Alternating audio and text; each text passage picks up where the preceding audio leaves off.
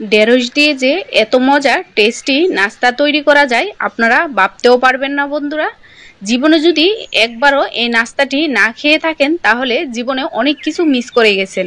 তাহলে চলুন আর দেরি না করে নাস্তাটি বানিয়ে নেই। টেস্টি এই নাস্তাটি বানানোর জন্য প্রথমে আমার লাগছে ঢেঁড়স। এখানে আমি ঢেঁড়স নিয়েছি, আমি যতটুকু পরিমাণে নাস্তা বানাবো এই অনুযায়ী ঢেঁড়স আমি ভালোভাবে ধুয়ে নিয়েছি। আর ঢেঁড়সগুলা কিন্তু একটু বড় সাইজের, আপনারা দেখতেই পাচ্ছেন বড় সাইজের, কিন্তু ঢেঁড়সগুলা শক্ত না, মানে কচি ঢেঁড়সই একটু বড় সাইজের। তারপর ঢেঁড়সের গায়ে যে পানি ছিল পানিটাকে আমি টিস্যু দিয়ে ভালোভাবে মুছে নিয়েছি। এই কাজটা অবশ্যই করতে হবে। তারপর একটা ঢেঁড়সের মধ্যে দিয়ে আমি কেটে 2 টুকরো করে নিয়েছি। ঢেঁড়সের এই নাস্তাটা বানানোর জন্য এখন আপনারা ভালোভাবে একটু খেয়াল করে দেখুন বন্ধুরা, আমি কিভাবে ঢেঁড়সটাকে কেটে নিতেছি। এটাই কিন্তু মেইন এই নাস্তাটা বানানোর ক্ষেত্রে। আবারও দেখিয়ে দিতেছি, এই যে দেখুন উপর থেকে ঠিক নিচ পর্যন্ত, মানে একদম আলগা করে ফেলবো না, নিচে একটু জায়গা বাদ রেখে আমি এইভাবে জুড়ি মানে চিকন করে কেটে নেব।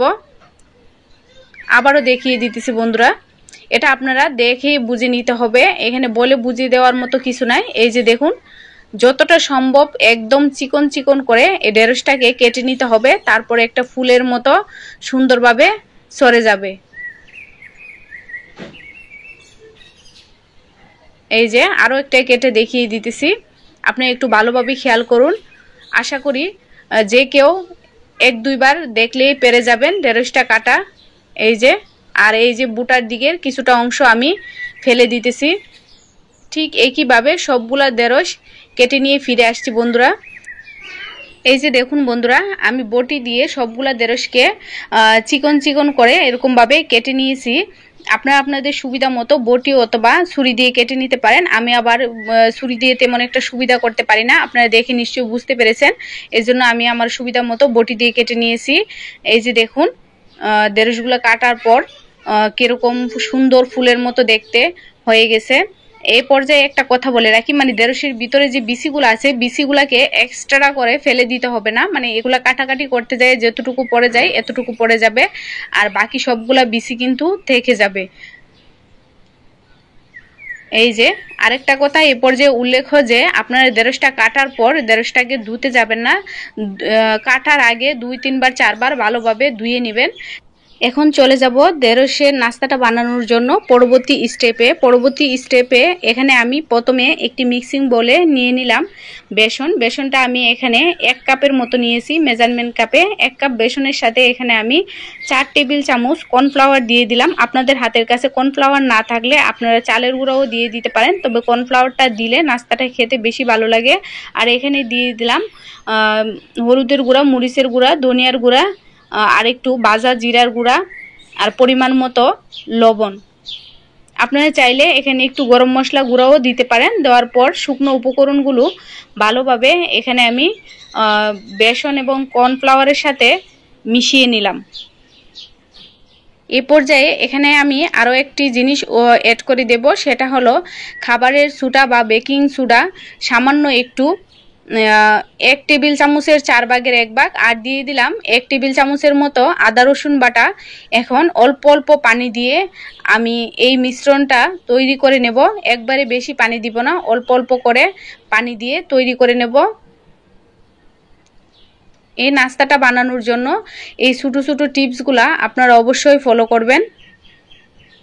এখানে আমি যে উপকরণ ব্যবহার করেছি আপনাদের হাতের কাছে না থাকলে হয়তো 2-1টা স্কিপ করতে পারবেন, তবে কর্নফ্লাওয়ার এবং বেকিং সোডাটা আপনারা স্কিপ করবেন না, তাহলে কিন্তু নাস্তাটা খেতে ভালো লাগবে না। এটা অবশ্যই দেওয়ার চেষ্টা করবেন। তাছাড়া বাদবাকি উপকরণ আপনাদের হাতের কাছে যা থাকে তাই দিবেন। তবে আমি এখানে যে সব উপকরণ দিছি এগুলা খুবই নর্মাল, কমন, সবার ঘরেই থাকে। এই যে দেখুন বন্ধুরা, আমি সুন্দরভাবে পারফেক্ট একটা ব্যাটার বানিয়ে নিলাম। এখানে আমি একটু লবণটা চেক করে নিলাম। এই যে মিশ্রণটা আমি তৈরি করলাম এই মিশ্রণটাতে লবণটা একটু বেশি দিবেন, কেননা ঢেঁড়সের মধ্যে কিন্তু আমরা কোনো প্রকার লবণ ব্যবহার করি নাই। এটা মাথায় রেখে একটু লবণ বেশি দিবেন, তাহলেই নাস্তাটা খেতে ভীষণ ভালো লাগবে। মিশ্রণটা দেখে নিশ্চয়ই আপনারা বুঝতে পারতেছেন আমি কিরকম ঘনত্ব করে মিশ্রণটা তৈরি করলাম, ঠিক এইভাবে আপনারা তৈরি করে নেবেন। এ পর্যায়ে আপনাদের হাতে সময় থাকলে আধা ঘন্টা 40 মিনিটের জন্য এই ব্যাটারটাকে রেখে দেবেন, তারপর নাস্তাটা বানাবেন। আর যদি সময় না থাকে তাহলেও 10 মিনিট রেখে দেওয়ার চেষ্টা করবেন।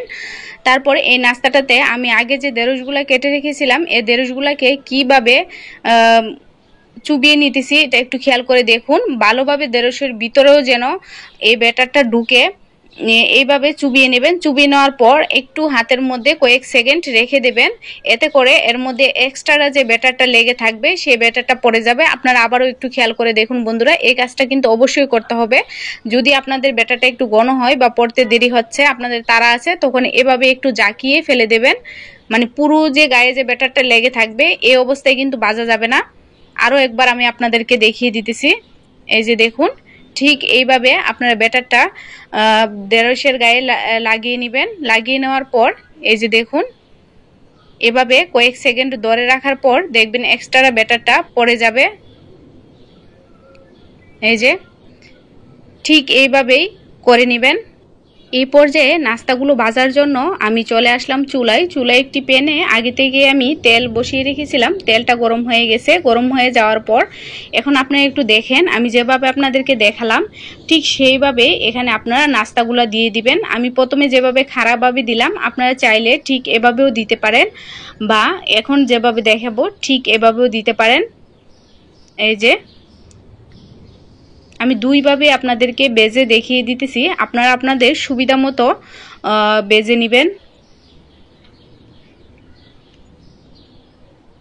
এই যে দেখুন বন্ধুরা, আমি এখানে সবগুলা ঢেঁড়স দিয়ে দিইনি, মানে এখান থেকে আমার পাইপেনে যতটুকু ঢেঁড়স দেওয়ার জায়গা ছিল এতটুকু দিয়ে দিলাম। আর একটা থেকে একটা কিন্তু অবশ্যই ফাঁকা রাখতে হবে। এখানে আমি দুইভাবে ঢেঁড়সগুলা দিছি, আপনি একটু খেয়াল করে দেখুন। আর আমার তেলটা একটু বেশি গরম হয়ে গেছিল, এই জন্য চুলাটাকে অনেকটা কমিয়ে দিলাম। আর অবশ্যই কিন্তু এই নাস্তাটা চুলাটাকে মিডিয়াম টু লো হিটে রেখে বাঁচতে হবে, কেননা ঢেঁড়সগুলা কিন্তু সিদ্ধ হওয়ার জন্য সময় দিতে হবে। এখানে কিন্তু কাঁচা ঢেঁড়স আমরা দিয়েছি, এটা অবশ্যই খেয়াল রাখবেন। কিছুক্ষণ এভাবে খাড়া করে ভেজে নেওয়ার পর আপনারা এভাবে ভাজতে পারেন। এই যে দেখুন, ঠিক একইভাবে 3-4 বার উল্টে পাল্টে আমি সুন্দর একটা কালার আসা পর্যন্ত ভেজে নেব। আপনারা আপনাদের সুবিধা মতো, আপনাদের পছন্দ মতো একটা কালার নিয়ে আসা পর্যন্ত ভেজে নেবেন। আর চুলার হিটটা কিন্তু অবশ্যই মাথায় রাখবেন। একটু সময় নিয়ে 5 থেকে 6 মিনিট লেগেছে আমার ঢেঁড়সগুলো ভাজতে। এই যে দেখুন, এখানে আমার এই টুকরোগুলো হয়ে গেছে, মানে ঢেঁড়সের যে আগার দিকটা আছে এই আগার দিকের টুকরোগুলো হয়ে গেছে। এগুলোকে আমি উঠিয়ে নিলাম। আর এই যে গুঁড়ার দিকের যে টুকরোগুলো আছে এগুলাকে আমি আরও কিছুক্ষণ ভেজে নেব, কেননা এগুলো ভালোভাবে সিদ্ধ হয়নি। আপনারা চাইলে ঢেঁড়সের আগার দিক এবং গুঁড়োর দিক আলাদা আলাদা করে ভাজতে পারেন। তারপর আরও 1 থেকে 1.5 মিনিটের মতন এগুলাকে ভেজে নিলাম। ঠিক একইভাবে সবগুলাকে আমি ভেজে নিলাম। এই যে দেখুন বন্ধুরা, আমি পরিবেশন করে নিলাম। দেখুন মাশাআল্লাহ কত সুন্দর একটা কালার এসেছে, আর কি সুন্দর মুচমুচে হয়েছে। আমি এখানে সস দিয়ে পরিবেশন করতেছি, আপনারা আপনাদের ইচ্ছে মতো পরিবেশন করতে পারেন। বন্ধুরা, এখনও যারা আমার ভিডিওটি দেখছেন একটি লাইক দেননি, একটি লাইক দিয়ে আমার চ্যানেলে নতুন হয়ে থাকলে আমার চ্যানেলের সঙ্গেই থাকতে পারেন। আর এরকম ধরনের অনেক নাস্তা এবং অনেক গ্রামীণ রান্নার ভিডিও আছে আমার চ্যানেলে, চাইলে আপনারা আমার চ্যানেলটি ভিজিট করতে পারেন। আর দেরি না করে বন্ধুরা, আপনারা আমার মতন ঢেঁড়স দিয়ে ঝটপট এই নাস্তাটি বানিয়ে সকাল অথবা বিকালে চায়ের সঙ্গে খেতে পারেন, অথবা গরম ভাতের সাথে খেতে পারেন। ছোট থেকে বড় সবাই অনেক পছন্দ করবে ইনশাআল্লাহ। তাহলে আর কথা বাড়াচ্ছি না, বিদায় নিচ্ছে আজকে। কথা হবে অন্য কোনো ভিডিওতে অন্য কোনো রেসিপি নিয়ে। ততক্ষণ ভালো থাকুন, সুস্থ থাকুন, বিএন কিচেনের সঙ্গেই থাকুন। আল্লাহ হাফেজ।